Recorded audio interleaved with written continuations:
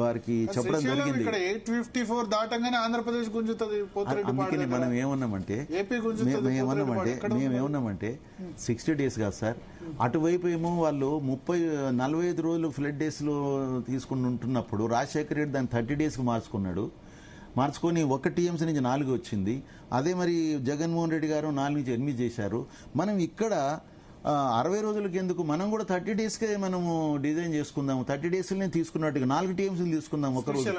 శ్రీశైలం నుంచి పాలమూరు రంగారెడ్డికి ఎంతో ట్రై చేసిన మేము. 2 TMC. ఆ 2 TMCని కూడా ఏం చేశారు, అందులో డిండి కూడా కలిపి దాన్ని 1.5 అటు ఒక 30 ఇటు అంటే దానికి 90 TMC, దీనికి 30 TMC. వారు అసెంబ్లీ రూపకంగా మేము ఇంకా ఎక్కువ చేస్తామని చెప్పారు కానీ చేయలేకపోయినరు.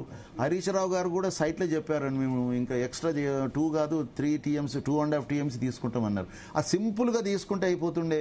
2 జిల్లాల మధ్యలో పెద్ద అగాధం ఒకటి సృష్టించిన తర్వాత. కానీ ఒకటి మటుకు నేను అప్డేట్ చేసి ఈ గవర్నమెంట్ని 10 సంవత్సరాలలో కేసీఆర్ గారు డిండికి ఎక్కడి నుంచి వాటర్ అనేది డిసైడ్ చేయలేదు.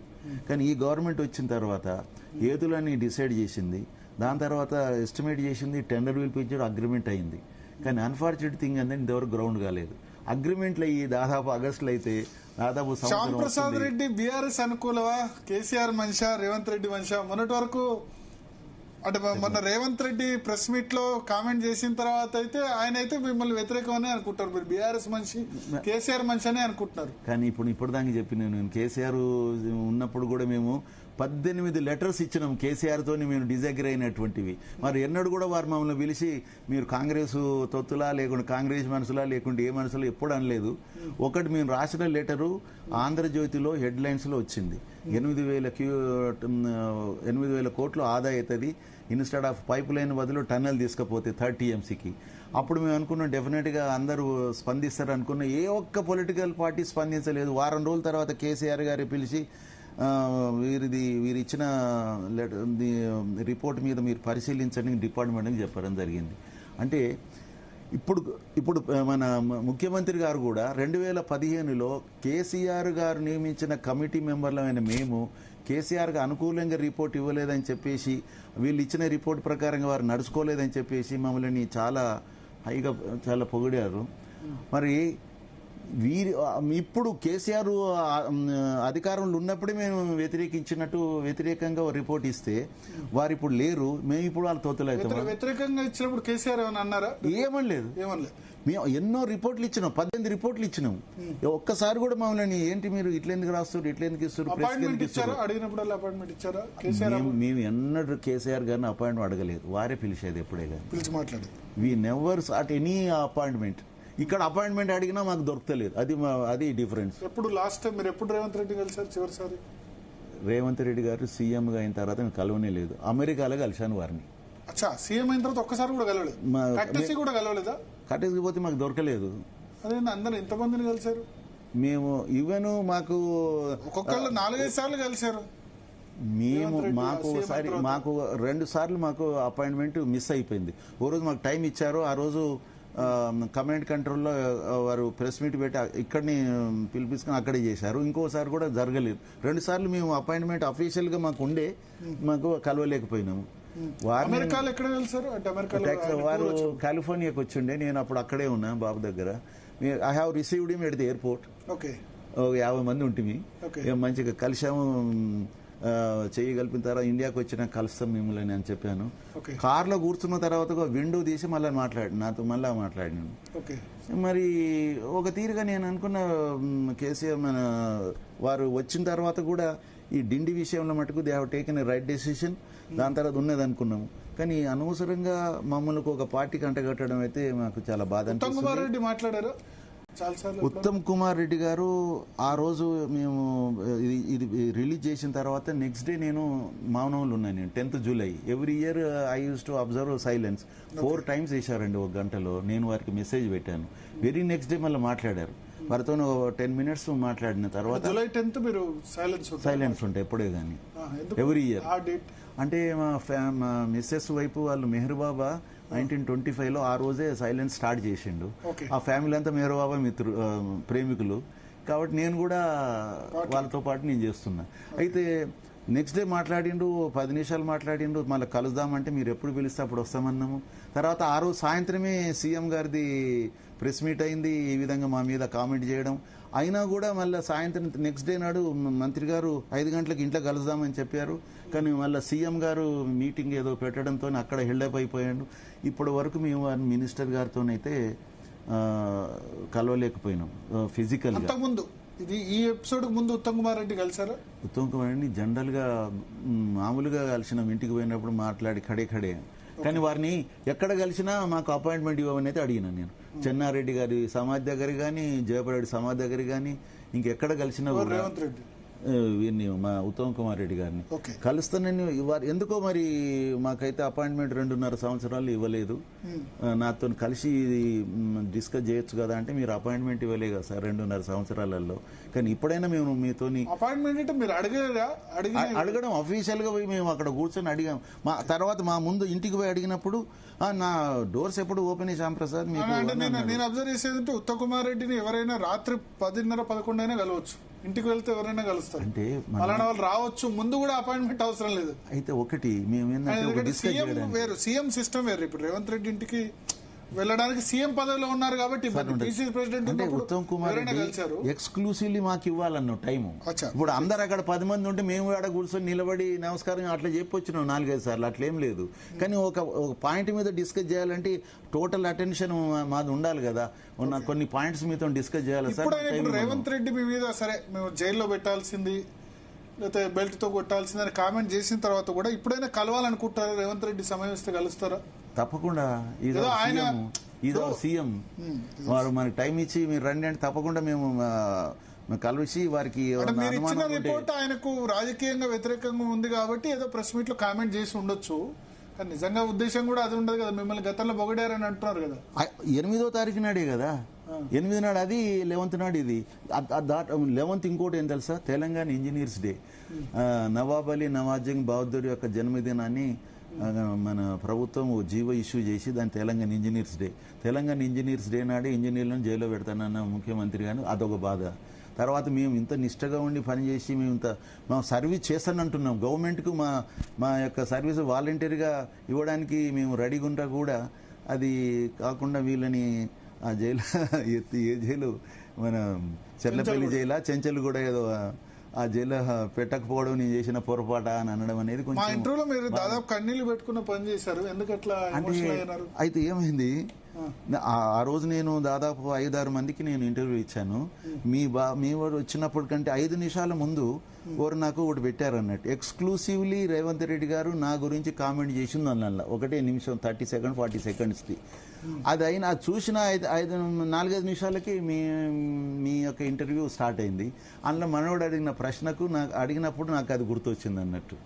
గుర్తొచ్చినప్పుడు కొంచెం ఎమోషనల్ అయినా, అంతేగా పిచ్చి నాకు దానివల్ల నాకు ఇక ఆన్సర్ చెప్పుకోలేక జనాలు కొంతమంది ఏడవడము. మీకు సపోర్ట్ ఈ ఎపిసోడ్ తర్వాత మీకు సపోర్ట్ గా ఎక్కువ కాల్స్ వచ్చాయా, వ్యతిరేకంగా వచ్చాయా? వ్యతిరేకంగా ఒక కాల్ రాలేదు నాకైతే, నిజంగా రాలేదు. కాకపోతే నేను ఒక 12 మందిని నేను ఓదార్చవలసి వచ్చింది అన్నట్టు. సార్ మీరు ఇంత చేస్తే మీరు ఈ విధంగా అనడం మాకు బాధ అవుతున్నది, అది ఇది అని అంటే ఏం కాదు, ఇది పార్ట్ ఆఫ్ ది గేమ్ అనుకోవాలి. మనం ఏది ఆశించకుండా చేసినప్పుడు కొన్ని వస్తుంటాయి, కాబట్టి మీరేమి చేయకండి అని. నాకు తెలియని వాళ్ళు ఎక్కడ ఆంధ్ర నుంచి కూడా నాకు, ఎందుకంటే నాకు ఈరోజు కొంతమంది కాలర్స్ కూడా తీసుకుందాం మాట్లాడేది, ఎందుకంటే చాలా మంది మీతో మాట్లాడాలని అడుగుతున్నారు. పీసీఆర్ నెంబర్ డిస్ప్లే అయ్యండి శ్యామ్ ప్రసాద్ రెడ్డి. సో ఆంధ్ర నుంచి కూడా కాల్ చేశారు. ఆంధ్ర నుంచి కొంతమంది, నెల్లూరు నుంచి వాళ్ళు ఏంటంటే అంతకుముందు మనం సమైక్య రాష్ట్రంలో మనము డిబేట్లలో వచ్చేవాళ్ళు కదా, అందులో ఒకరిద్దరు నాకు ఫోన్ చేసి మాకు చాలా బాధ అయిందండి, మీ విషయం మాకు తెలుసు కదా అని చెప్పి వాళ్ళు చెప్పడం. నాకు శ్రేయోభిలాషులు ఉంటారు కదా వాళ్ళందరూ కూడా, ముఖ్యంగా కాంట్రాక్టర్స్ అసోసియేషన్ కూడా, నేను ఇంత స్ట్రిక్ట్గా ఉన్నా కూడా నేను కాంట్రాక్టర్ల యొక్క ప్రేమని నాకెందుకుంటాయండి, ఏం లేదు. నేను రిటైర్ అయిన తర్వాత ఎవ్వరికి లేదు. నేను రిటైర్ అయిన రోజు నేను అందరు ఏమన్నారు, సార్ మీరు 3 వరకు పనిచేస్తారు కదా తెల్లారుజామున, మళ్ళీ 6ంటికి మొదలు పెడతారు కదా, 3 గంటలు పండుకుంటారు. అంతే. రేపటి నుంచి ఏం చేస్తారు సార్ అని అడిగింది అనమాట. ఓకే. నేనేమన్నా అంటే రేపటి నుంచి ఏం చేస్తానో చెప్పాను కానీ 2 ఏం చేయను 2 చెప్పాను అన్నట్టు. ఆ రోజు 1000 మంది వచ్చారు నా రిటైర్మెంట్ ఫంక్షన్, మినిస్టర్లు వీళ్ళందరూ కూడా వచ్చారు. జరిగిందా? కాదు, అక్కడ అంగడిపేటలో, నేను ఎక్కడ ఈగా రిటైర్ అయినో అక్కడ. అయితే వాళ్ళకి ఏం చెప్పినంటే ఎటువంటి పరిస్థితులలో కాంట్రాక్టరు బ్లాంక్ చెక్ ఇచ్చి మీరు ఎన్ని లక్షలైనా రాసుకోండి, మా దగ్గర పని చేయాలంటే నేను ఎవరి దగ్గర పని చేయను అని చెప్పాను. కానీ అందరు సపోర్ట్లు కొట్టారు. తర్వాత ఎటువంటి పరిస్థితులలో రాజకీయాలకు వచ్చే సమస్య లేదని చెప్పిన. 2007 నేను 19 years back. Now I'm 76 September వస్తే. ఆ రెండింటిని నేను అట్లనే మెయింటైన్ చేస్తున్నా. I never work with any company, I never work, నాకు ఏ రాజకీయ పార్టీతో సంబంధం లేదు, ఏ రాజకీయ పార్టీ ఇంట్రెస్ట్ లేదు, నయా పైసా లేదు. నేను నాకు వచ్చే పెన్షన్ మీదనే బతున్నా కానీ నాకు ఇంకా ఎక్స్ట్రా తెలంగాణ. ఎందుకంటే తెలంగాణ ఉద్యమంలో పాల్గొన్నాము, దాని తర్వాత తెలంగాణ వచ్చిన దాంట్లో దాని పునర్నిర్మాణంలో పాల్గొన్నాము. దాని తర్వాత ఇందులో ఐ హ్యావ్ రిటైర్ అయిన తర్వాత చాలా అసలు ఇరిగేషన్ రంగంలో చాలా డబ్బులు వచ్చాయి, చాలా పెద్ద పెద్ద కంపెనీలు వచ్చాయి. మీరు జాయిన్ అవుతే కనుక తీసుకునేందుకు చాలా మంది రెడీ ఉండి అవన్నీ వదులుకున్నారు. నా గురించి అదే ఇప్పుడు నేను ఏదో టన్నల్ ఇన్ఛార్జ్ ఉంటే నేను అదే జేపీ వాళ్ళు నేను రిటైర్ అయ్యే ముందు ఆ ఎండి వచ్చేసి ఏదో స్టార్ హోటల్లో మీటింగ్ పెట్టి నాకు డిన్నర్ ఇచ్చి ఏదో మాట్లాడుతుంటే నేను రిటైర్ నాది ఇది అభిలాష ఉన్నది, నేను మటుకు ఏ కంపెనీలో చేరనంటే వాడు చెప్పేసి నాకు ఏదో అడుగుతున్నాడు అనిపించి నేను నా అభిలాష చెప్పాను. చాలా మంది నాకు రిక్వెస్ట్ చేశారు కానీ ఆయన టోటలీ రిజెక్టెడ్. మీతో మాట్లాడండి. కాలర్స్ రెడీగా ఉన్నారు, ఒకసారి తీసుకుందాం. రవీందర్ రామగుండం నుంచి. హలో హలో అండి. నమస్తే రవీందర్ గారు. నమస్కారం మేడం. చెప్పండి. ఉన్నటువంటి సార్ గారికి తర్వాత భరత్ గారికి నమస్కారం. నమస్తే, చెప్పండి సార్. ఇప్పుడు సార్ని ఈరోజు స్టూడియోలో పిలిపించి మీరు చాలా డిస్కషన్ చేస్తున్నారు. అయితే సార్ ఇక్కడ నా పాయింట్ ఏంటంటే కొంచెం పీసీఆర్ వాయిస్ పెంచండి. అయితే ఏంటంటే రేపు మన ముఖ్యమంత్రి గారు ఎప్పటికీ కేసీఆర్ గారిని మీ అనుభవాలని మీ ఆలోచనని మాతో పంచుకోండి, మాకు సలహాలు ఇవ్వండి అని చాలా సార్లు అతను వేదిక మీద చెప్తూ ఉంటారు. కానీ ఇప్పుడు రిటైర్డ్ ఇంజనీర్లు వీళ్ళు స్వతహాగా వాళ్ళని గవర్నమెంట్ పిలవకపోయినా వీళ్ళు రైతుల పాయింట్ ఆఫ్ వ్యూలోనో లేకపోతే ప్రజల తాగునీటి అవసరాల పాయింట్ ఆఫ్ వ్యూలోనో వీళ్ళు స్వతహాగా సలహాలు ఇస్తే వీళ్ళని కిలాడి బ్యాచ్ అని లేకపోతే ఒక పార్టీకి అంటగెట్టి ఒకవైపు ఏమో సలహాలు ఇవ్వండి తీసుకుంటామని ఒకవైపు చెప్తూ ఇంకొక వైపు ఏమో సలహాలు వీళ్ళని చెంచలు కూడా చేయాలి, బెల్ట్ ట్రీట్మెంట్ ఇవ్వాలి అంటే దీన్ని ఎలా చూస్తాం సార్ ఒక మామూలుగా అయితే? ఇప్పుడు ఇటువంటిప్పుడు రాష్ట్ర అవసరాల దృష్ట్యా గానీ ఇంకేదన్నా విషయంలో గానీ ఎవరు సలహాలు ఇవ్వడానికి ముందు రారు కదా సార్ ఇలా చేస్తే. ఒకవైపు ఏమో సలహాలు తీసుకుంటామని ప్రజల ముందు చెప్తారు, ఇంకొక వైపు ఏమో సలహాలు ఇచ్చే వాళ్ళని జైల్లో పెట్టాల్సింది, నేను తప్పు పని చేశాను అంటే అధికారంలో ఉంటే ఎవరైనా జైల్లో పెట్టచ్చు అన్నట్టే కదా. అతను అంత సీనియారిటీ ఉన్నటువంటి ఒక ఇంజనీరు, అతను అలాంటి వ్యక్తి ఒక కన్నీళ్ళ పర్యంతమంటే అతను ఎంత బాధపడి ఉంటాడు. మనం పదే కూడా గుర్తు చేయొద్దు, ఆల్రెడీ దానికి జవాబు చెప్పారు. సో చాంప్రసాద్ రెడ్డి గారు తెలంగాణ ఇంజనీరింగ్ ప్రౌడ్, అంటే one of the greatest engineer. Maybe అంటే ఇప్పుడు ఒకళ్ళు చెప్పింది ఇంకోళ్ళు నచ్చకపోవచ్చు. ఇప్పుడు మా జర్నలిస్టుల్లో కూడా ఒకళ్ళు లెఫ్ట్ ఉంటారు, ఒకళ్ళు రైట్ ఉంటారు, ఒకళ్ళు సెంట్రల్ ఉంటారు. అందరు ఎవరి గొప్పతనం వాళ్ళదే. ఇంజనీర్లో కూడా ఒకళ్ళు మీతో విభేదించే వాళ్ళు కూడా ఉండొచ్చు. ఎందుకంటే వేరే ఇంజనీర్ ఇప్పుడు లక్ష్మీనారాయణ కానీ వాళ్ళు కానీ అక్కడ లిఫ్ట్ చేయొద్దు, లిఫ్ట్ 80% చేయొద్దు అని వాళ్ళు అంటారు. ఎవరి అభిప్రాయం వాళ్ళది, అంతే కదా. దీనిలో బహుశా లక్ష్మీనారాయణ లిఫ్ట్ చేయొచ్చు అని ఇచ్చినట్టుగా నాకు చేయొచ్చు. సార్ ఒక్కటి ఇక్కడ నాకు డౌట్, ఇప్పుడు సుందిళ్ళ అన్నారం మనం నెక్స్ట్ కాలర్ తీసుకునే ముందు ఇప్పుడు అన్నారంలో 3.3, సుందిల్లో 5.5, రెండింటిలో కలిపి 8.8 టీఎంసీ నీళ్ళు నిల్వ వచ్చారు. ఉంచాలి అని చెప్తున్నారు. కానీ ఎన్డీఎస్సీ నీళ్లు నిల్వ ఉంచొద్దని చెప్పింది కదా. సో ఇది ఎక్స్ట్రాడినరీ సిచ్యువేషన్ కాబట్టి నిల్వ ఉంచొచ్చు అని చెప్తున్నారు. అయితే అందుకే మేము ఏమంటున్నామంటే గవర్నమెంట్ ఒక ప్రపోజల్ తోని నేషనల్ డ్యామ్ సేఫ్టీ అథారిటీ వాళ్ళ దగ్గరికి వెళ్ళి ఇక్కడ గ్రౌండ్ రియాలిటీని ఎక్స్ప్లెయిన్ చేసి ఇటువంటి పరిస్థితులలో మంచినీటి కూడా కరువు వచ్చే పరిస్థితులలో మేము కొంత మీరు పరిశీలించి నిపుణుల యొక్క పర్యవేక్షణలో ఏదో అక్కడ ఆన్ చేసి కూర్చోవడం కాదు, ప్రతి బ్యారేజ్ దగ్గర కొంతమందిని పెట్టేసేసి ఈవెన్ డ్యామ్ సేఫ్టీ అథారిటీ 3 పంపుల్లో ఒకటేసారి ఆన్ చేయాలి సైమల్టేనియస్లీ. అంటే అది చేసిన తర్వాత ఇది నిండిన తర్వాత ఇది మొదలు అది కావాలి కదా. 8.8 అయిపోయిన తర్వాత ఇక అప్పుడు సబ్మెర్సిబుల్ గా స్టార్ట్ అవుతాయి అన్ని. అయినప్పుడు ప్రతి దగ్గర కూడా రిజర్వాయర్ల మీద మీకు అది ఒకటి ఆదేశాలు ఇచ్చి ఉన్నారు కాబట్టి డ్యామ్ సేఫ్టీ అథారిటీ యొక్క రిప్రజెంటేటివ్ కూడా ఈ రెండింటి రిజర్వాయర్ల దగ్గర కూడా వాళ్ళు వచ్చి ఉండేటట్టుగా, తర్వాత మేము కూడా వాలంటీర్గా మేము కూడా సహకరిస్తున్నాం కాబట్టి డిపార్ట్మెంట్ వాళ్ళు ఈ విధంగా వాలంటీర్గా వచ్చే వాళ్ళు, తర్వాత డ్యామ్ సేఫ్టీ అథారిటీ వాళ్ళు అందరి యొక్క రిప్రజెంటేటివ్స్ ఈ అన్నారం దగ్గర కొంతమంది, సుందీల దగ్గర కొంతమంది రౌండ్ నీళ్లు లిఫ్ట్ చేస్తే అన్నారం సుందీల బ్యారేజీలు కొట్టకపోతే ఏంది పరిస్థితి?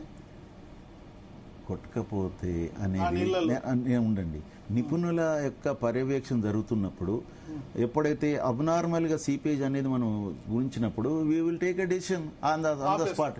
ఆపేస్తాం కదా. లేదు మనకు తక్కువనే ఉన్నది. 10% ఛాయిస్ కూడా లేదా అన్నారం సుందీల బ్యారేజీలకు డ్యామేజ్ జరిగే అవకాశం మీ ఉద్దేశంలో? అంటే ఏదైనా కూడా మనము అందులో ఇంకోటి కూడా ఇంపౌండ్ చేసిన తర్వాత ఇంకొకటి టెస్ట్ చేసేది కూడా ఉంది. అసలు మనము ట్రేసింగ్ టెస్ట్ అంటే కలర్డ్ వాటర్ని మనం అక్కడ ఇచ్చేస్తే ఎక్కడ అసలు సీపేజ్ అవుతున్నదని కరెక్ట్గా తెలుసుకోవడానికి కూడా కొంత వాటర్ని ఇంపౌండ్ చేయాల్సి వస్తుంది. మనం ఆ టెస్ట్ నెపం మీద కూడా మనం కొంత ఇంపౌండ్ చేసుకుంటే ఆ టెస్టులు కూడా చేసుకోవచ్చు కదా ఇప్పుడు, అది కూడా కొంత. కానీ మనకు ఎప్పుడైతే ట్రయల్ అండ్ ఇప్పుడు మనకు ఉన్న సిచ్యువేషన్ కొంచెం ట్రయల్ చేద్దాం, ప్రజలకు కూడా మన ప్రభుత్వం కొంత ప్రయత్నం చేసింది అనేది కూడా వస్తుంది కదా. చేసినా కూడా మేము చేసినాం అని చెప్పి ఇప్పుడు అన్నారం సుందీల బ్యారేజీల ఖర్చు దాదాపు 5-6 వేల కోట్లు ఉంటుంది. మరి అది నేను 5-6 వేల కోట్ల బ్యారేజీలు అంటే మనం ఇప్పుడు టోటల్ గా మనం నింపడం లేదు కదా సార్. మనము ఓన్లీ 1/3 కెపాసిటీ మనం చేస్తున్నాం భరత్ గారు. చేసినప్పుడు ఏది నిపుణుల పర్యవేక్షణలో జరగాలంటున్నాగా. నేను ఏదో మామూలుగా చేసేసి వాళ్ళు వదిలిపెట్టడం కాదు. We have to be there round the clock. Abnormal గా వచ్చినా అప్పుడు ఆపేసేస్తాము. సపోజ్ ఒకవేళ అంటే మన ప్రభుత్వం యొక్క ఆలోచన ఏది ఉందంటే ఇది గనక మనము ఇక్కడ ఏమన్నా అయితే జరిగితే అసలు భద్రాచలం మునుగుతుంది అనేది ఒకటి వస్తుంది. కానీ మనం అక్కడ వాటర్ ఎంత స్టోర్ చేస్తున్నాము? 8.8 TMC. మిగతాదంతా ఎల్లంపల్లికి వెళ్ళిపోతుంది. కాబట్టి 8.8 TMC వాటర్ కనుక ఒక 24 అవర్స్లో పోతే 1,00,000 క్యూసెక్లు రేట్ ఆఫ్ ఫ్లో ఉంటే సరిపోతుంది. అదే కనుక 3 అవర్స్లోనే పోయింది అనుకోండి, 8 lakh cusecs rate of flow ఉంటే అది అవుతుంది. మనకు ఎన్నోసార్లు 10 lakhs అబౌవ్ మనం చూసాం, అసలు ఏం జరగలేదు. కాబట్టి నథింగ్ విల్ హ్యాపెన్. వాటర్ కానీ ఈ బ్యారేజీలు కొట్టకపోతే ప్రాబ్లం కదా. అంటే ఇప్పుడు ప్రభుత్వం బ్యారేజీలు కొట్టకపోతే ప్రమాదము 40 ఊర్లు ప్లస్ భద్రాచలం అంటుంది. అది లేదని చెప్పాము మేము. భద్రాచలం ఏం కాదు, ఏ ఊర్లు కూడా కాదు, ఏ ఊరు కూడా ఏం కాదు. ఎందుకంటే బ్యారేజీలకు అవుతుంది. అదే ఒకవేళ అయితే ఇప్పుడు మీ ఉద్దేశంలో నిజంగా ఒక ప్రభుత్వం చిత్తశుద్ధితో ఉందనుకోండి, సుందిల్లా అన్నారం ఈ మేడిగడ్డ రిపేర్ కి ఎంత టైం పడుతుంది? నిజంగా చేయాలనుకుంటే రిపేర్ ఎన్ని రోజుల్లో చేయొచ్చు కుంగిందాన్ని? ఇప్పుడు వాళ్ళు బీఆర్ఎస్ ఏమో అది పర్యవాసింది అంతే, దాన్ని అదే అంటారు. వీళ్ళేమో మొత్తం కూలిపోయింది అంటారు. ఏది నిజం? పర్యవాసిందా, కూలిపోయిందా, కుంగిపోయిందా? ఇప్పుడు ఎంత పడుతుంది అనేది we have to wait and see. We can not conclude now. ఇప్పుడు వాళ్ళు సిడబ్ల్యూసి పిఆర్ఎస్ ఇప్పుడు అక్కడికి వెళ్తున్నారు, మొత్తం మన యొక్క team. They will sit there for couple of days and they will decide. వాళ్ళు ఏం డిసైడ్ చేస్తారు, ఏ బ్యారేజ్ దగ్గర ఏమేమి చేయాలి, ఏంటి, ఏం కథ, ఎందుకు పోయింది అనేది మనకిప్పుడు త్వరలోనే మనకు అది ఆ రిజల్ట్స్ రాబోతున్నాయి. దాని తర్వాత మనం చర్చిద్దాం. ఇప్పుడు మనం ఎవరిని కూడా బ్లేమ్ చేయడానికి లేదు, వీళ్ళ వలన వాళ్ళ వలన కాదు. సో మన ఇంజనీర్లు ఇప్పుడు సిడబ్ల్యూసీ దగ్గర పోయి కూర్చుంటారు. సిడబ్ల్యూసీ కాదు, సిడబ్ల్యూపిఆర్ అంటే మన పూణేలో ఉన్నటువంటి సిడబ్ల్యూపిఆర్ఎస్ సంస్థ వాళ్ళ ఆధ్వర్యంలో ఇక్కడ టెస్టులు జరిగినాయి అనమాట. మేము 2023 చెప్పినాము అసలు లోకల్, నేషనల్, ఇంటర్నేషనల్ ఎక్స్పర్ట్స్ తో ఒక కమిటీ నియమించి వాళ్ళకి 6 నెలల టైం ఇచ్చేసి టోటల్ గా లాజిస్టిక్స్ ప్లస్ వాళ్ళకి కావాల్సినటువంటి ఇన్స్ట్రుమెంట్స్ అన్ని ఇచ్చేసి వాళ్ళు ఏ ఏజెన్సీనైనా కూడా వాళ్ళు ఎంగేజ్ చేసుకునే విధంగా అధికారాలు ఇచ్చి అప్పుడు వాళ్ళకి టర్మ్స్ ఆఫ్ రెఫరెన్స్ ఏమి ఇవ్వాలంటే the real reasons for failure and it's rectifications. మనకు ఓన్లీ ఫెయిల్యూర్ కాదు. ఇప్పుడు అది చేయలేదు. ప్రకాష్ లాంటి వాళ్ళు ఆ బ్యారేజీని కూల్చారు, బాంబు పెట్టి బ్లాస్ట్ చేశారు అంటారు, దాంతో మీరు ఏకీభవిస్తారా? నేను ఇప్పుడు సరే ఇప్పుడు కొంతమంది అదంటుండే ఏదంటుండే ఏదైనా కూడా తేలుతుంది కదండి. ఇక ఉందా ఛాన్స్ ఏమైనా ఉందా? అయితే మరి వినండి, ఈ మధ్యలో మనం కొన్ని న్యూస్ ఏం విన్నామంటే చెక్ డ్యామ్లను ఆ విధంగా బ్లాక్ చేశారు మన శాండ్ గురించి అని చెప్పి అక్కడ ఉన్నాయి. మరి ఆ కోణంలో ఆలోచించినప్పుడు మరి అప్పుడు దాన్ని పోలీస్ కేసు చేశారు కదా, ఎఫ్ఐఆర్ దర్జీ కూడా చేయించారు అప్పుడు అసిస్టెంట్ అక్కడ ఉన్నటువంటి ఇన్ఛార్జ్ ఇంజనీర్లతో. కేసీఆర్ అనుకుంటే అక్టోబర్ 21 నుంచి December 3 లోపు రిపేర్ చేస్తే అయిపోతుండేనా కుంగినప్పుడు? అక్టోబర్ 21 బ్యారేజ్ కూలింది, December 7 వరకు వాళ్ళు ఇమ్మీడియట్ గా ఏజెన్సీలను పిలిస్తే ఎల్లంటి వాళ్ళు ఏమన్నారంటే ఎన్ని 100 కోట్లైనా మేము రెక్టిఫై చేస్తామని ఒప్పుకొని లెటర్ రాసిచ్చి గవర్నమెంట్ మారిన తర్వాత దానివల్ల ఆయన రివర్స్ కు పోవడం అనేది ఎల్లంటికి భావ్యం కాదు. అది ఒకసారి ఒక గవర్నమెంట్ చరిత్రలో ఇది ఒక మచ్చ. నాకు గమ్మత్ ఏంటంటే నేను ఈ మధ్యలో సర్దార్ సరోవర్ కు వెళ్ళుంటి. నేను సర్దార్ తర్వాత మన గుజరాత్ లో అంటే మేము సర్దార్ సరోవర్ అది 100 TMs పైనే ఉన్నది. అది కానీ 40 lakh acres దాని ఆయకట్టు. అయితే అంటే ఫ్లో వస్తుంటది కదా దానికి. అయితే ఇంకోటి ఏంటంటే 40,000 క్యూసెక్స్ దాని యొక్క కెనాల్ డిశ్చార్జ్. అయితే ఆ సర్దార్ సరోవర్ దగ్గర సర్దార్ పటేల్ విగ్రహం ఉన్నది కదా, ఆ విగ్రహం నుంచి చూస్తే ఆ విగ్రహము ప్లస్ సర్దార్ సరోవర్ రెండు అవుపడుతున్నాయి అనమాట. సర్దార్ సరోవర్ కట్టించిందేమో జయప్రకాష్, ఆ విగ్రహం కట్టించిందేమో ఎల్లంటి. వీళ్ళిద్దరు మా తెలంగాణలో ఫెయిల్ అయ్యిందని నేను చెప్పిన అన్నట్టు. ఇంత బ్రహ్మాండమైన మనకు ఒక కాలర్ ఉన్నారు, తీసుకున్నాం. ఖమ్మం నుంచి రామకృష్ణ గారు. హలో రామకృష్ణ గారు. నమస్తే. నమస్తే సార్. నమస్తే, చెప్పండి. శ్యాంప్రసాద్ రెడ్డి గారు నమస్తే సార్. నమస్తే సార్. సార్ నేను రైతును సార్. నాకు 2 డౌట్లు సార్. మీరు ఇంజనీర్ చేసేంత ఏంటంటే సార్ నా డౌట్ చెప్పండి. అన్నారం సుందిల్ అనేది గోదావరిలో పంపింగ్ చేయడం వల్ల రివర్స్ పోయి ఇప్పుడు అన్నారంలో పోసిన నీళ్లు సుందిల దాకా ప్రయాణం చేస్తారు సార్. రివర్స్ వాటర్ ఇక్కడ అన్నారం నీళ్లు పోస్తే సుందిల దాకా పోయి ఆగాల, సుందిలలో పోసిన నీళ్లు ఎల్లంపల్లి దాకా పోవాలి సార్. కన్నెపల్లి పంప్ హౌస్ కాడికి అంత కింద పోయి మేడిగడ్డ కాడ 14 కిలోమీటర్ల కింద కట్టాల్సిన అవసరం ఉంది సార్. అంటే నా డౌట్ సార్, కన్నెపల్లి కాడ పంపు కాడ అది correct, Annaram Sundilla okay sir. అక్కడ నీళ్లు కొంత దూరం పోయి ప్రయాణం చేసి పైపు లేకుండా గోదావరిలో పోయి పంపింగ్ చేయడం అదొక పద్ధతి. కన్నెపల్లి కాడనే డ్యామ్ కడితే మనకి పంప్ హౌస్ కాడ కడుకుంటే పైనుంచి కదా సార్ నీళ్ళు వచ్చేది ఇక్కడ. అయితే ఇప్పుడు సార్ మీ యొక్క డౌట్ ఏదైతుందో ఇంకో డౌట్ సార్, ఇంకో డౌట్ ఏది సార్, ఇప్పుడు మీరు 152 మీటర్లు పైన అక్కడ ఉంది కదా సార్, మన ప్రాణిత చెవుల దగ్గర ప్రాణిత కట్టేది అనుకున్నాం కదా సార్, వారదాగా దగ్గర అక్కడ తుమ్మడి దగ్గర. అయితే 152 మీటర్లు కాకుండా ఇప్పుడు సుందిల్లా అనేది ప్లాన్ చేసినట్టయితే 152 మీటర్లు కాకుండా 148 మీటర్లతో కూడా గ్రావిటీ ద్వారా వచ్చాయి కదా సార్. ఎక్కడ 148 ఎక్కడ అంటారు? 148 అక్కడ తమ్మిడిహెట్టి దగ్గర 148 అయితే కట్టినట్టయితే మనకు ఇప్పుడు అక్కడ 70 కిలోమీటర్ల కెనాల్ ని అక్కడ 152 అనుకుని అక్కడ కెనాల్ ను కట్టించినాం మనం. ఇప్పుడు అది 152 ఉండండి రామకృష్ణ గారు. మనం సుందిల్లకైనట్టయితే 148 కూడా గ్రావిటీ ద్వారా వచ్చాయి కదా సార్. అదే మీరు ఒకటి ఆలోచించండి, సుందిల్లది 140 అంటే తక్కువనే ఉంటది 132. కానీ నేను అనేది ఏంటంటే అక్కడ ఈ 70 కిలోమీటర్ల కెనాల్లోని ఆ నీళ్లు రావాలన్నప్పుడు అక్కడ 152 అనుకుని ఆ కెనాల్ ని డిజైన్ చేశారు. ఆ 148 అన్నప్పుడు అక్కడ లిఫ్ట్ చేసి ఆ కాలువలు పోయాల్సి వస్తుంది కొంచెం. అది నేను అనేది. మెయిన్ డౌట్ సార్, ఇది మీరు ఖచ్చితంగా ఆలోచించారు సార్. ఇప్పటికైనా కన్నెపల్లి పంప్ హౌస్ కానీ చెవిడాం కట్టాలి సార్. ఎందుకంటే నీళ్లు ఇప్పుడు అన్నారం సుందర సూపర్ ప్రాసెస్ సార్. ఎందుకంటే నీళ్లు గోదావరిలో రివర్స్ పోవాలా, అక్కడి నుంచి పంప్ అందుకోవాలా, మనకి గ్రావిటీ ద్వారా పోతుంది. నన్ను హలో మీరు అర్థమైంది రామకృష్ణ గారు, మీరు ఏమో అడగాలని అర్థమైంది. కాకపోతే ఎక్కడైతే కొంచెం నేరే ఉన్నదో అక్కడ కట్టాలనే ఉద్దేశం మీద వాళ్ళు ఆ కిందికి వెళ్ళిపోయారు. కానీ ఇంకొంచెం పైకి కట్టినట్టయితే బాగుండేదని మేము కూడా సజెస్ట్ చేసాం. మేడిగడ్డ మేడిగడ్డ అనేది అక్కడ వరకు కాదు, ఇంకా పైనే ఉన్నట్టయితే కన్నపల్లి దగ్గరనే కట్టాల్సి ఉండేనా? అంటే ఇవి ఎక్కడైతే మనకు ఇప్పుడు అక్కడ ఏమైందంటే నేరో ఉన్నదని చెప్పేసి అక్కడ వాళ్ళు ఫైనల్ చేశారు. కానీ ఆ నేరో సరిపోక దాన్ని మళ్ళీ ఎక్స్కవేట్ చేయడం జరిగింది. కానీ ఇంకా కొంచెం పైకి తీసుకుంటే మనకు కావాల్సిన విడత ఈజీగా దొరికేది అన్నట్టు. మళ్ళా ఒక జస్ట్ ఒక 2-3 కిలోమీటర్ల మీద. కాబట్టి వారు చెప్పిన దాంట్లో కూడా పాయింట్ ఉన్నది. అంత కిందికి పోవాల్సిన అవసరం లేదు, అది కట్టిండ్రు. కానీ ఆ సజెషన్ చేసింది వాప్కోసోల్ చేశారు. అందులో ఇది ఇక్కడ బాగుంటుంది అని చెప్పేసి అరెస్ట్ చేశారట కదా, సిబిఐ కేసులో కూడా ఇరుక్కున్నారట కదా. ఇప్పుడు ఉండొచ్చు అది కరెక్టే అది.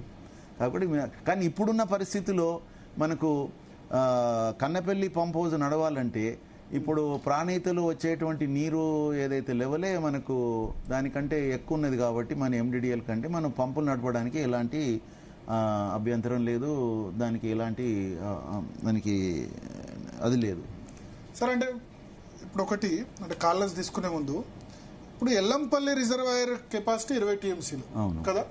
ఎల్లంపల్లి నుంచి లాస్ట్ 6 సంవత్సరాలు నేను అబ్జర్వ్ చేస్తున్నా 250 నుంచి 300 టీఎంసీలు వట్టిగా పోతున్నాయి కిందకి. 250 టీఎంసీ మినిమం. ఈ ఎలంపల్లె 20 టీఎంసీల బదులు దీని కెపాసిటీ కొంచెం పెంచి 30 టీఎంసీలో 40 టీఎంసీలో చేసి స్టోరేజ్ పెంచి ఇక్కడ నుంచే అసలు నీటిని లిఫ్టింగ్ చేస్తే ఇబ్బంది ఏమై ఉండేది? ఎందుకంటే average availability water availability 63 TMC అనుకుంటా ఎల్లంపల్లి. అక్కడ 63 టీఎంసీలు ఉన్నది. మరి అక్కడ 250-300 టీఎంసీలు పోయినాయి కిందికి. 98 అవసరం లేదు, మేడిగడ్డ అవసరం లేదు, ఎల్లంపల్లి నుంచే నీటిని లిఫ్ట్ అంటే చేస్తే గనక మళ్ళీ తిప్పిపోతలు అన్నది అవసరం ఉండదు కదా. అట్లా కాదు కదా, మన అవైలబిలిటీ ఆఫ్ వాటర్ అనేది డిపెండబుల్ అవైలబిలిటీ కాదు. అది మనం ఏంది 100 సంవత్సరాలలో 75 సంవత్సరాలు ఉంటేనే దాన్ని 75% డిపెండబిలిటీ అంటాం. 70% డిపెండబిలిటీ చూస్తే అక్కడ మీరు చెప్పినది ఆ ప్రకారంగా ఉంటుంది. ఇదంతా ఫ్లడ్ కిందకి వస్తుంది. ఇది ఓసారి వస్తుంది, ఓసారి రాదు. కాబట్టి దాన్ని ఆధారంగా చేసుకుని మనము అంటే డిపెండబిలిటీ ఎల్నినో సంవత్సరాల కోసం ప్రాజెక్టులు డిజైన్ చేయొచ్చా? ఎల్నినో సంవత్సరాల కోసమే డిజైన్. ఒక సంవత్సరం వర్షం బాగుపడ్డది అనుకోండి, కొత్త సిస్టమ్ వచ్చింది కదా. ఇప్పుడు మన గ్రాచారం బాలేక ఒక 4-5 సంవత్సరాలకు వర్షాలు పడకపోతే ఇప్పుడు ఆ సంవత్సరాలు వాటర్ యూజ్ చేసుకుని మెట్ట పంటలు ఇప్పుడు గవర్నమెంట్ ఏం చేస్తుంది, మెట్ట పంటలు వేసుకోండి అని చెప్తుంది. వరి వేయొద్దు, మెట్ట పంటలు వేసుకోండి. 2 పంటల బదులు ఒక పంట క్రాప్ హాలిడే ఇస్తారేమో. రబీకి నీళ్లు ఉండవేమో. అట్లా ఒక సంవత్సరం వదిలిపెడితే నష్టం ఏమైనా ఉందా? అంటే ఇప్పుడు సెంట్రల్ గవర్నమెంట్ కూడా ఒక సిస్టమ్ని అడాప్ట్ చేసుకోమంటుంది స్టేట్ గవర్నమెంట్లని. ఏంటంటే టోటల్గా ఫ్లడ్ వచ్చినప్పుడు మీరు స్టోరేజ్ చేసుకొని స్టోరేజ్ రిజర్వాయర్ని పెట్టుకోమంటుంది అన్నట్టు. ఇప్పుడు జూరాలో ఉన్నది. జూరాలో దాని ఓన్ కెపాసిటీ 9.5. కానీ ఫ్లడ్ అన్న నుంచి లక్షల క్యూసెక్కులు పోతుంటుంది. లక్షల క్యూసెక్కులు పోయినప్పుడు దాని నుంచి లిఫ్ట్ చేసే రైట్ సైడ్ ఒక రిజర్వాయర్, లెఫ్ట్ సైడ్ ఒక రిజర్వాయర్. వీ హ్యావ్ ప్రపోజ్డ్ ఒక 20 TMC reservoir on the right side. మేము గవర్నమెంట్కి లెటర్ ఇచ్చినాం. మేము మీరు ఒక్క ఊరు మునగకుండా రైట్ సైడ్ ఒక 60 మీటర్స్ లిఫ్ట్ ద్వారా ఒక రిజర్వాయర్ ఏర్పరచుకొని మనకు లీన్ పీరియడ్లో మళ్ళీ పవర్ జనరేషన్ చేసుకొని మళ్ళీ సిస్టంలో పడేటట్టు చేస్తే మళ్ళీ అన్నిటికి పోతుంది. అదేవిధంగా లెఫ్ట్ సైడ్ కూడా పెట్టుకోవచ్చు. ఎల్లంపల్లి కెపాసిటీ ఏమైనా పెంచరాదా? ఎల్లంపల్లి కట్టిన ప్రాజెక్ట్ కాబట్టి కెపాసిటీ పెంచాలన్నప్పుడు దానికంటే మనం ఇంకేదైనా వేరే దగ్గర దాని అప్ స్ట్రీమ్ని ఇంకెక్కడన్నా చేసుకోవడం బెటర్, పైన చేసుకోవడం. ఇప్పుడు ఎస్ఆర్ఎస్పి తర్వాత పడ్డ ప్రతి వర్షం బొట్టు ఎల్లంపల్లికే వస్తుంది. కడెం నుంచి వచ్చే వాటర్ కూడా కడెము కాబట్టి మంచి వర్షపాతం ఉంది. కడెము, స్వర్ణ ఈ 2 అంటే కడెంది ఎట్లుందంటే ఫ్లాష్ ఫ్లడ్స్ అనమాట కడెంది. అయితే అసలు కడెంనే అసలు ఇంకా కొంచెం పెంచుకోవాల్సిన అవసరం ఉన్నది. మేము ఆ కడెంది కూడా మేము వెళ్ళి చూసి వచ్చేసి దానికంటే ఏం చేశారంటే ఒక 6 టీఎంసీ కెపాసిటీ రిజర్వాయర్ కడెం మీద ప్రపోజల్ వచ్చింది. కుప్టి అది కనుక అయినట్టయితే అది ఒక బ్యాలెన్సింగ్ రిజర్వాయర్ లెక్క కడెంకు పనిచేసే అవకాశం ఉన్నది. ఆదిలాబాద్లో 1200 mm రెయిన్ఫాల్ ఉన్న దగ్గర మనము చిన్న మైనర్ ఇరిగేషన్, మిడియం ఇరిగేషన్ చాలా ఉన్నాయి. ఇంకా ఇలాంటి రిజర్వాయర్స్, స్టోరేజ్ రిజర్వాయర్స్ అంటే మనకు ఫ్లడ్ వచ్చినప్పుడు స్టోర్ చేసుకుంటాము, మళ్ళీ మిగతా టైంలో దాన్ని వాడుకుంటాము. అది నేను అనేది, అవి మనం చేసుకోవాలనేది. అట్లా అయితేనే మనకి ఏమైనా. ఇంకోటి కృష్ణ మీద మన ప్రాజెక్టులు ఒకటి భరత్ గారు మీకు మీ దృష్టికి తెస్తున్నా, తెలంగాణ వైపు ఉన్న అన్ని ప్రాజెక్టులు 90 ఫ్లడ్ డేస్కు డిజైన్ చేయబడ్డాయి. ఇది ఇప్పుడు మహబూబ్ నగర్లో ఉన్న ప్రాజెక్ట్స్ కానీ, నల్గొండలో ఉన్న ప్రాజెక్ట్స్ కానీ ఏవైనా కూడా 90 ఫ్లడ్ డేస్కు డిజైన్ చేయబడ్డాయి. అటువైపు ఏమో 30 డేస్కు డిజైన్ చేయబడ్డాయి. అంటే ఇంటేక్ కెపాసిటీ వాళ్ళదేమో బ్రహ్మాండంగా పెట్టుకున్నారు, మనదేమో అన్ని కలిపినా కూడా అసలు ఒక 3-4 టీఎంసీలు అయితే లేదు అసలు. కాబట్టి మనం అన్ని కూడా 30 ఫ్లడ్ డేస్కు మనము మన ప్రాజెక్టులని మనం మార్చుకోవాలి. ఇప్పుడు కల్వకుర్తి ఉన్నది, ఇది though we're drawing water from Srisailam, it designed for 90 flood days. 90 flood days బదులు దాన్ని ఇంకొక రిజర్వాయర్లే లేవు, ఒక రిజర్వ్ అన్ని చిన్న చిన్నవి ఉన్నాయి. లిఫ్ట్ పంపులు ఎక్కువ ఇంటేక్ కెపాసిటీ పెంచుకోవాలి. ఇప్పుడు ఎంత 0.25 టీఎంసీ, ఇప్పుడు ఎంత ఉన్నదంటే 4000 క్యూసెక్స్, అంటే 1/3 టీఎంసీ పర్ డే అన్ని పంపులు నడిస్తే. అయితే అదేవిధంగా నెట్టంపాడు కానీ, భీమా కానీ, జూరాల లిఫ్ట్ కూడా ఉన్నది. ఇవన్నీ కూడా 90 ఫ్లడ్ డేస్ కు డిజైన్ చేసిండ్రు. మరి ఇవన్నీ ఇంటేకులు చెప్పిన వాడు అన్నిటి మనము ఎవరి పర్మిషన్ అవసరం లేదు, అప్గ్రేడ్ చేసుకోవడం మన ఎవరి పర్మిషన్ అవసరం లేదు. సేమ్ వాటర్ మేము 30 డేస్ లో తీసుకుంటాం అంతే. ఓకే, అట్లా మార్చుకోవాలి. ఎల్లంపల్లి అప్ స్ట్రీమ్ లో ఒకటి కట్టొచ్చు, ఎల్లంపల్లి అప్ స్ట్రీమ్ లో ఇంకొక రిజర్వాయర్ కట్టొచ్చు, చేసుకునే అవకాశం, దాని ద్వారా ఏమన్నా అక్కడ లోకల్ గా దాన్ని చేసుకోవచ్చు. అసలు ఎల్లంపల్లి అప్ స్ట్రీమ్ లో కూడా మనం చేసుకునే. అంటే ఎల్లంపల్లి ఇప్పుడు 20 టీఎంసీ లేదు, దాని అవసరాలేమో ఎక్కువ ఉన్నాయి. హైదరాబాద్ దాకా నీళ్లు వస్తున్నాయి. అంటే మనది ఎల్లంపల్లి హైదరాబాద్ దాకా నీళ్లు వస్తున్నాయి, ఎన్టీపీసీ ఉంది. లోకల్ గా ఏమి నీళ్ళు ఇవ్వట్లేదు ఎల్లంపల్లి. అంత వాటర్ మా కళ్ళ, ఎందుకంటే ఎల్లంపల్లి బ్యాక్ వాటర్ లోనే మేము ఉంటాం. మాకు మిషన్ భగీరథ తీసుకొచ్చి ఇక్కడ డబ్బా దగ్గర నుంచి ఇచ్చారు. ధర్మపురి ఎల్లంపల్లి బ్యాక్ వాటర్ లో ఉంటుంది. ఈ మిషన్ భగీరథ ఏమో ఇబ్రహీంపట్నం నుంచి నీళ్లు ఎక్కడి నుంచో పెట్టారు. కళ్ళ ముందు నుంచి హైదరాబాద్ కు నీళ్లు పోతున్నాయి. అవును, ఇక్కడ ఉన్న వాళ్ళకేమో నీళ్ళు లేవు.